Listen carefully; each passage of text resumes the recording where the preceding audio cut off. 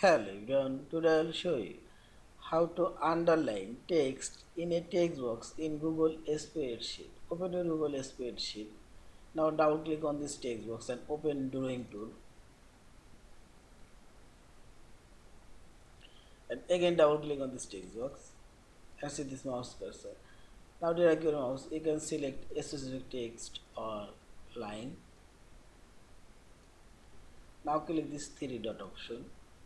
And here you will find this underline option. Click here. Also I'll make this text bold and see this. Now underline visible. Also I'll underline this text and make it bold and underline and see this.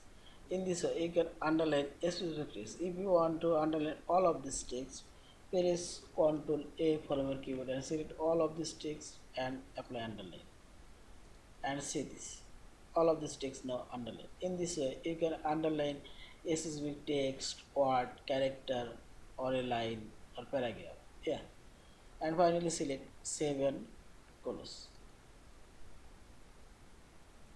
Yeah. Thank you for watching. Please subscribe, like, share and comment.